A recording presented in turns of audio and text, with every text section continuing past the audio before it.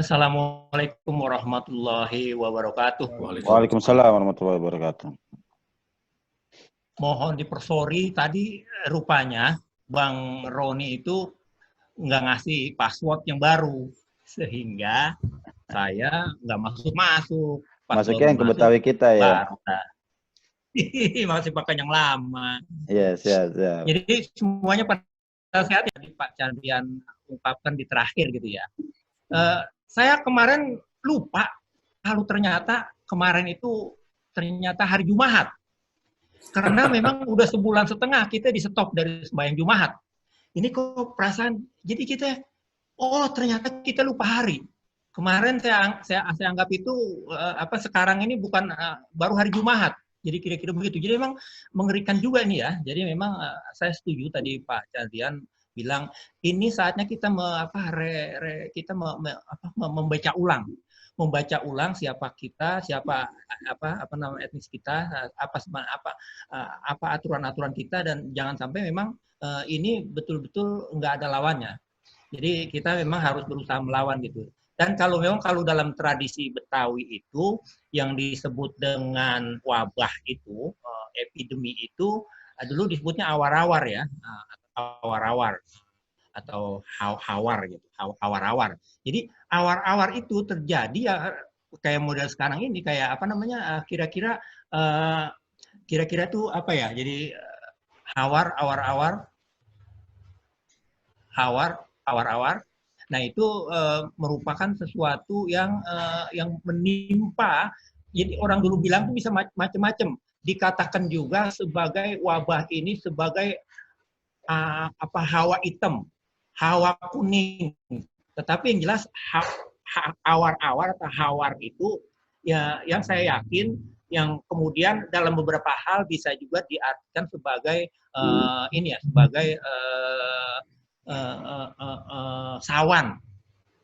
sawan kuya, apa gitu ya, sawan kuya segala macam. Nah ini banyak kawan-kawan kita yang bertanya kalau wabah itu epidemi, kalau di Betawi itu apa ya kira-kira? Nah, kalau beberapa penjelasan orang tua kita ya bilang awar-awar atau hawar, atau juga yang kawan-kawan Hongkong kita bilang itu dulu ada ya semacam sawan gitu ya, sawan. Lain dengan kesambet. Kang Yahya izin ini untuk materi presentasinya masuk nggak di layar? Ya, masuk. Masuk ya, masuk. oke. Nanti Dilanjutin poin aja. lanjut ya. Oke, Ya. infokan ya. Nah, yang memang itu kan kalau di kita itu yang disebut pemerintah kita ini banyak dari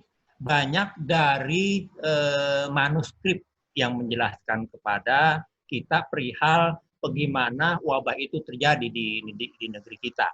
Nah, salah satu yang dapat saya sampaikan misalnya Serat Cabolek ya. Serat Cabolek ini ya, memang peristiwa masa lalu di Jawa ya. Itu yang tokoh utamanya Sultan Agung. Sultan Agung dia kepengen sembahyang Jumat. Dia biasa sembahyang Jumat di Masjidil Haram di Mekah. Kemudian dia ketemu sama kepala pemerintahan di situ, Imam Supingi. Jadi kalau kira-kira kalau yang benernya tuh Imam Syafi'i sih sebetulnya. Nah ini kan namanya juga babat ya. Jadi dia minta diizinin kalau dia pengen bikin kuburan di dekat makam Nabi. Tetapi ya begitulah, nggak diizinin karena dianggap oleh Imam Supingi itu si Sultan Agung ini keturunan gabungan antara manusia dengan setan, dengan jin, dengan dewa gitu. Jadi nggak boleh gitu. Maka dia pulang, dia ngadu sama bininya. Bininya waktu itu salah satu yang gaib itu Ratu Roro Kidul. Roro Kidul tersinggung karena junjungannya Sultan ditolak. Nah, akhirnya baiklah saya akan kirimkan wabah ke negeri yang menolak Baginda. Dikirimkanlah 2 orang untuk membawa virus. Nah, banyak yang mati. Akhirnya ya ceritanya begitu. Penghabisannya memang akhirnya di Sunan Kalijaga yang menjadi penengah. Dia minta izin, juga nggak diizinin. Ternyata dia ambil tanah di sekitar situ untuk dijadiin sebagai menemani Sultan di kuburannya. Maka tanah itu dilempar.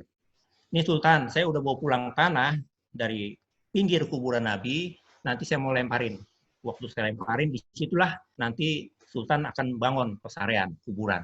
Itu kira-kira. Maka yang sekarang menjadi Imogiri itu adalah tanah yang dilemparin oleh Sunan Kalijaga, dan jatuhnya lemparan itu ya di pegunungan itu, Pegunungan Imogiri, dan sampai sekarang pegunungan itu menjadi tempat menjadi tempat kuburan masyarakat raja-raja Jawa.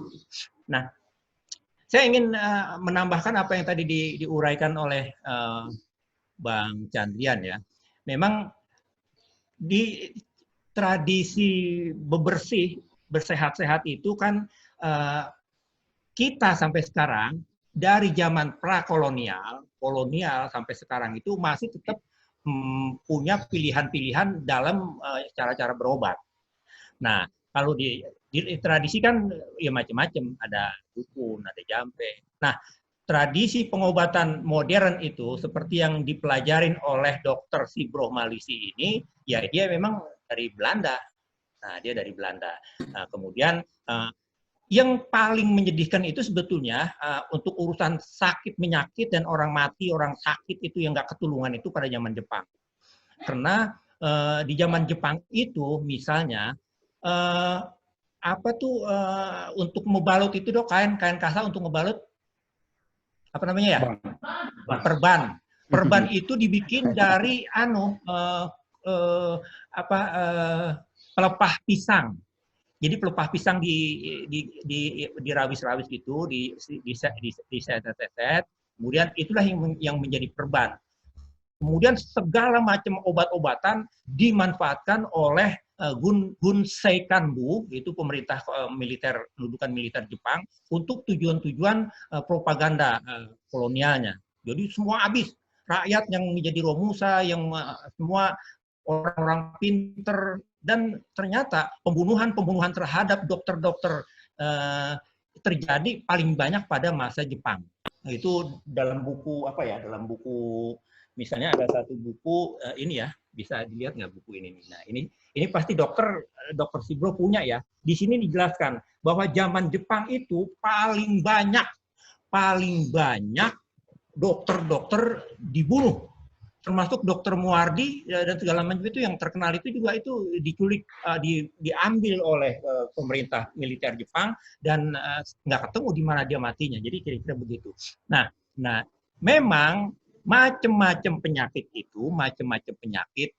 kayak model itu kan pada masa kolonial Belanda itu memang muncul macam-macam penyakit dan diketahui karena memang pada masa itu kemudian perawatan orang yang sakit, kesehatan, mendirikan lembaga-lembaga pendidikan itu diusahakan untuk tujuan kepentingan pemerintah kolonial. Dokter didatengin. Pejabat pemelihara kesehatan rakyat juga mulai dibentuk. Kemudian rumah sakit memang sudah dibikin, tetapi rumah sakit khusus untuk militer. Jadi rumah sakit militer. Bahkan pada masa-masa awal, seperti tadi Bang Chandrian sudah mengungkapkan, bahwa di masa awal itu, Ye Pek Kun itu yang meninggal pada 1628 itu, koit dia meninggal lantaran dia sakit perut. Entah sakit perut itu dia kena kolera apa karena memang muntaber apa gitu ya, mencret gitu, karena yang jelas dia meninggal karena memang sakit perut. Mungkin ya katanya sih kolera gitu, kira-kira begitu. Nah, apalagi kemudian yang paling mengerikan yang tadi sudah Pak Chandrian jelaskan, memang terjadi geger 1773 misalnya. Karena personil militer VOC itu banyak yang mati, hampir kira-kira 500-an. Dan rata-rata pada tahun-tahun kemudian itu antara 2.000 sampai 3.000 tuh mati itu. Nah, itu kenapa? Dia mati lantaran ya itu sakit apa namanya?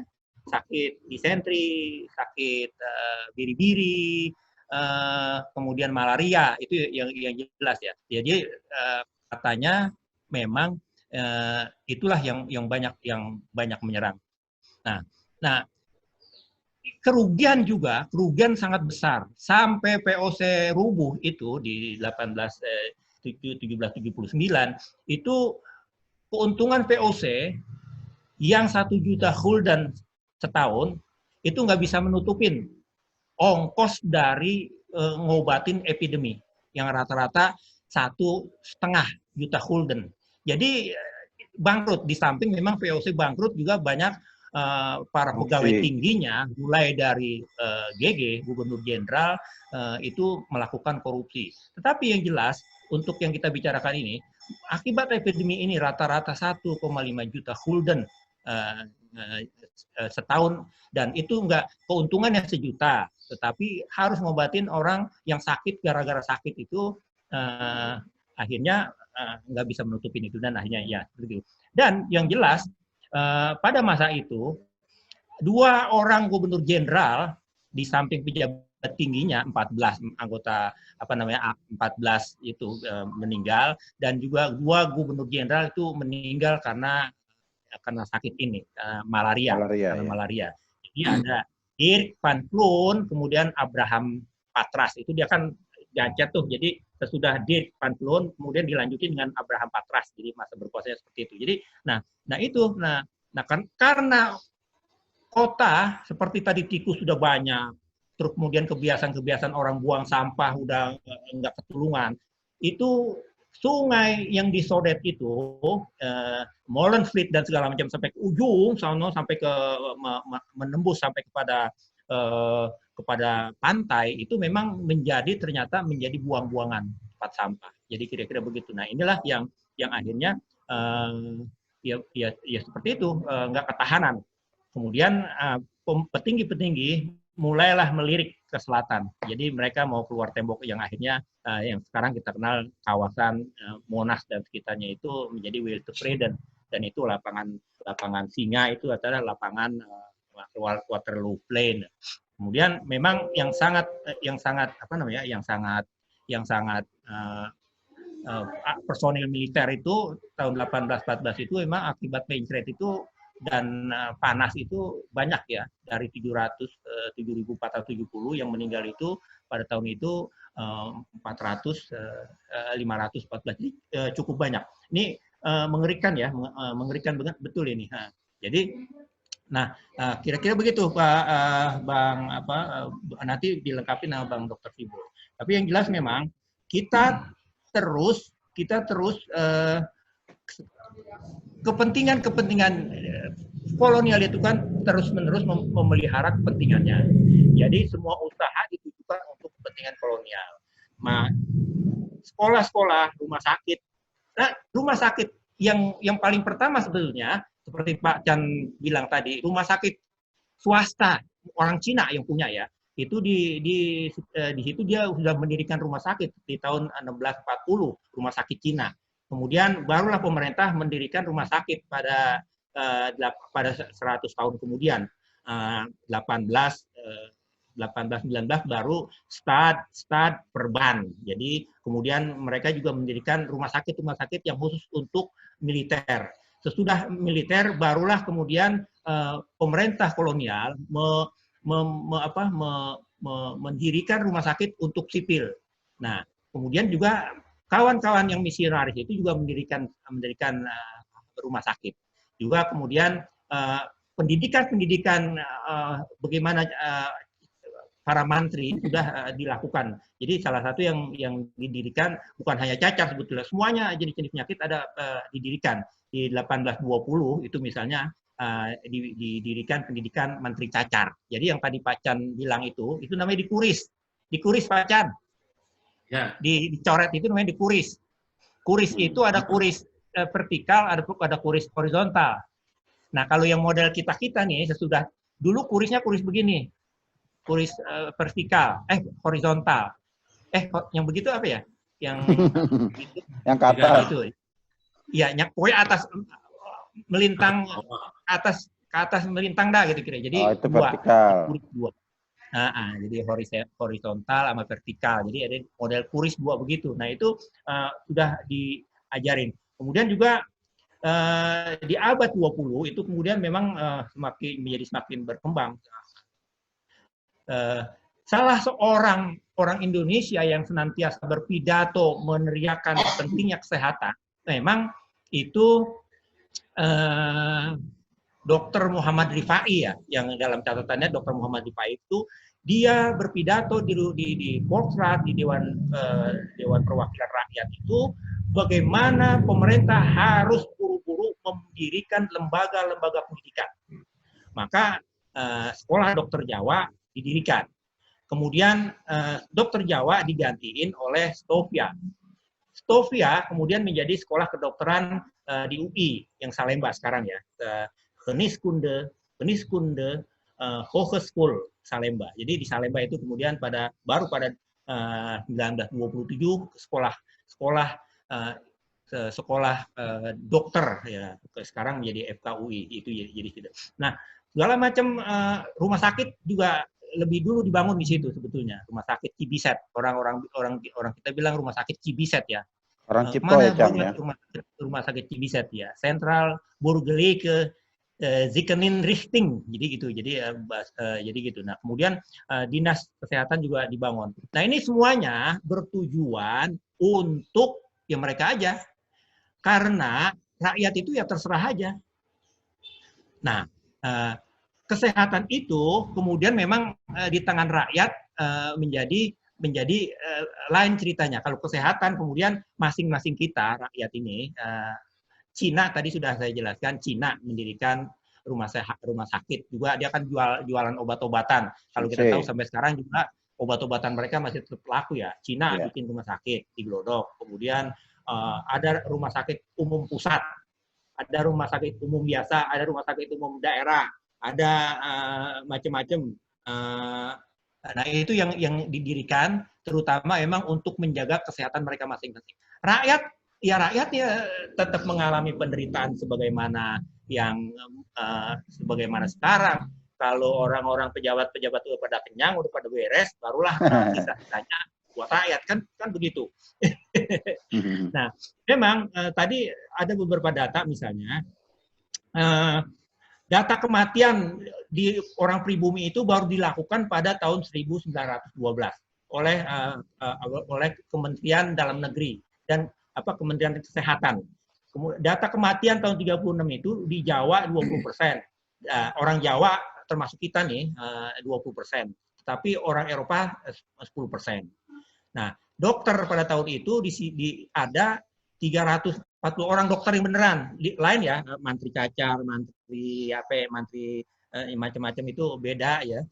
Kalau tenaga kesehatannya sih kira-kira ada 800-an ya, ada 800-an tenaga kesehatan ya. Ini dokter ahli, dokter umum dan dokter ahli kayak model dokter Siblo gitu. Ada jumlahnya tahun 33 itu cuma 340. Sementara rakyat pada saat itu ada 50 juta. Jadi perbandingannya satu dokter Sibro menangani 150 orang-orang model Pak Chandrian yang bengek gitu ya, yang kurap. 150.000 ya maksudnya ya.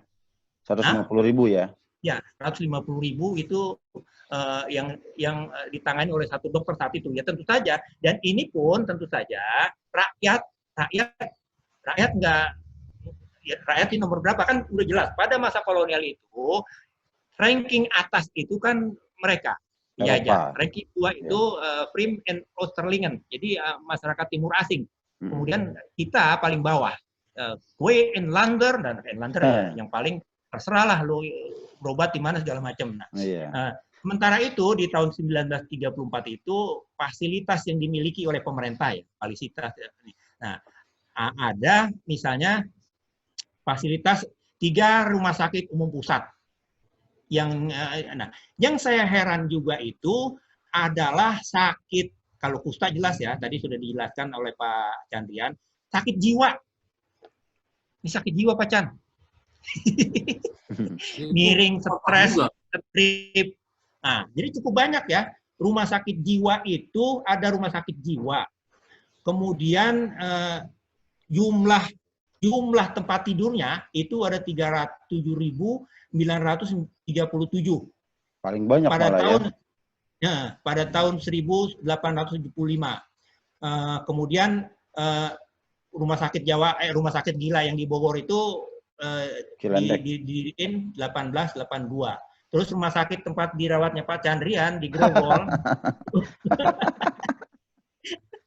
1924. Nah, di samping itu ada juga dibangun rumah-rumah tempat singgah, ada 11 tempat untuk sementara untuk menampung orang gila.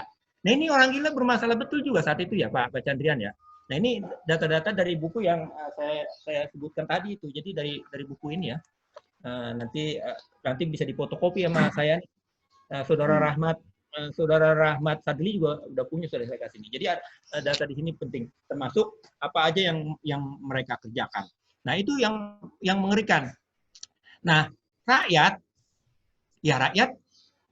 kita nih, rakyat pribumi, kita berobat ya taunya dukun, jampe, kemudian juga mapak itu babakan angsana, kemudian apa itu yang obat cacing juga termasuk obat termasuk yang bermasalah ya Pak Chan ya, cacingan kaki gajah itu nah kemudian peginya ke situ dukun melihat sakit ini ada macam-macam, maka itu ada dukun dukun yang untuk ngobatin orang kesambet. Ada spesialis ya dukunnya juga ya. Kesurupan. Ya dukun juga ada dukun spesialis dukun. Ada dukun yang memang untuk ilmu-ilmu gaib, ilmu-ilmu siluman. Ada juga dukun untuk yang kesambet, kemasukan setan. Ada juga dukun untuk penyakit-penyakit yang cuman di luarnya, kayak model busik, kurap, kudis, gitu ya.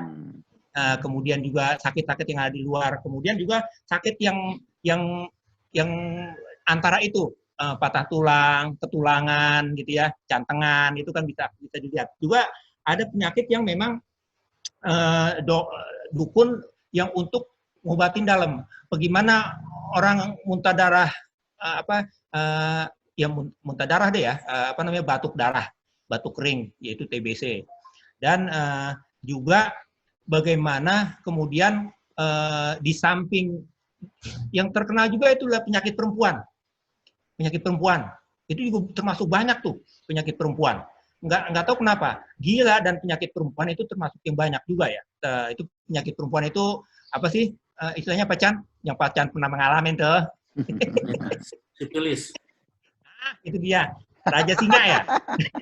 Sipilis. Raja Singa itu termasuk penyakit ini nih. Nah kemudian juga bacaan-bacaan jampe-jampe. Nah itu yang selalu rakyat kita itu ya lazimin gitu. Jadi Cahaya bacain jampe sayur asem dong. Iya nanti kita bacain. Jadi kira-kira begitu Bang Roni dan kawan-kawan semua ya dokter ya. Nanti biar dokter dan Bang Chandrian yang melengkapin. Pokoknya yang jelas buang air darah dulu ya. Dulu kan namanya buang air darah. Kemudian juga ketumbuhan, cacar, kolera, demam 5 hari, demam 7 hari itu sangat terkenal. Kemudian pes tadi sampar ya, udah di sini. Itu dulu dimulai dari kampungnya Pak Chandrian tuh Tanjung Priok. Itu ya, leptospirosis tadi itu ya, apa namanya? Leptospirosis. Iya itu mulai dari kampung Pak Chandrian tuh di Tanjung Priok ditemukannya pada saat itu, pada tahun di kampung saya ada namanya patek. Barangkali ya. Bang Haji Dr. Sibur bisa jelasin patek. Iya, patek paru itu sama juga tuh ya. Ya, begituan juga kan ya nanti Dokter Sibro. Ada PS, ada cacar, ada biri-biri, kaki gajah. Yang jelas juga yang sangat dicari dulu oleh ahli-ahli itu obat cacing. Ada cacing tambang, ada cacing benang gitu ya. Itu. Terus tadi penyakit perempuan kusta, TBC paru, batuk kering, batuk darah, malaria, kudis, orang buta. Orang buta ini juga ternyata rumah sakit buta banyak ya. Kanker saat itu juga sudah menggejala kanker. Kemudian ya kira-kira begitu. Nah, obat yang rakyat itu tetap dia meskipun barangkali dia berusaha berobat ke rumah sakit, ke dokter, tapi itu nggak menjadi kemestian bagi mereka karena memang di samping kehidupan ekonomis mereka tidak memungkinkan itu, maka yang paling asik bagi mereka ya pergi ke dukun.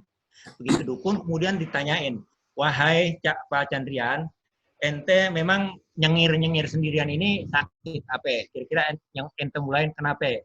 Nah, buat dulu saya naksir sama si Poni gitu kira-kira, tetapi saya ditolak. Nah, ente kenapa nih? Oh, mulanya sih saya kesandung, tapi akhirnya ini kok ini terus nih nggak sembuh nih sakit saya nih, nah, malah njarem sampai ke dalam gitu. Jadi apalagi macam-macam, sakit mata juga penting.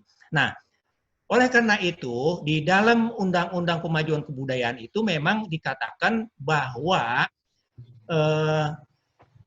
lingkungan itu yang disebutnya apa namanya? Pokoknya penting kita hidup dan memelihara secara bersama-sama. Jadi dukun dia bisa tahu makna penyakit karena dia membaca tanda-tanda. Puhunan juga memberikan tanda-tanda kepada itu. Misalnya pun teleng, pun sirih, pun dadap, pun macam-macam itu menjadi salah satu menjadi pelajaran-pelajaran bagi dukun kita.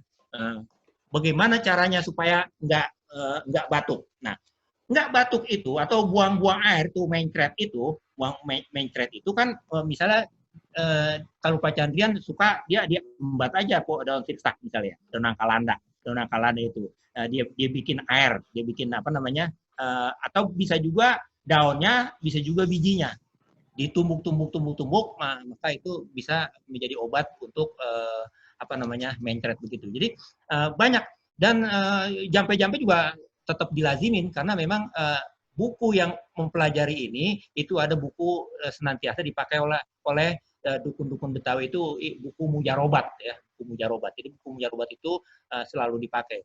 Jadi kesimpulannya pengobatan modern, pengobatan Dr. Sibro dengan pengobatan Pak Chan itu berbeda karena kepentingannya memang justru berbeda. Di samping memang kondisi pada saat itu nggak memungkinkan orang pribumi untuk bisa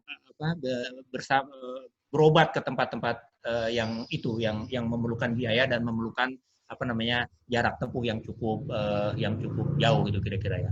Nah, saya kira begitu ya. Ada beberapa data yang tadi saya sampaikan, tetapi begitulah nanti kita akan ditambahin misalnya ada Bang Lai terutama dan ada yang lain-lainnya lagi. Jadi gitu ya, Bang Dr. Sibro, Bang Chandrian, Bang Roni, Bang Lai dan semuanya yang ada di sini, juga kaum perempuannya. Kaum perempuan itu penting ya, dari dulu itu kaum perempuan penting. Kenapa? Karena konsep menjaga kebersihan itu terutama dilakukan pertama kali itu oleh perempuan. Karena ekosistem rumah tangga itu berporos kepada perempuan. Karena dia yang menyediain makanan, sarapan, dia yang tahu kamar mandi bagaimana, dia yang tahu kamar tidur bagaimana, dia yang tahu cabai, dia yang tahu sambal, dia yang tahu bebersih buat anak perawan yang baru mendapatkan kain kotor pertama. Jadi pentingnya perempuan itu adalah justru di dalam kebersihan ini adalah perempuan, karena dia tahu aturan-aturannya.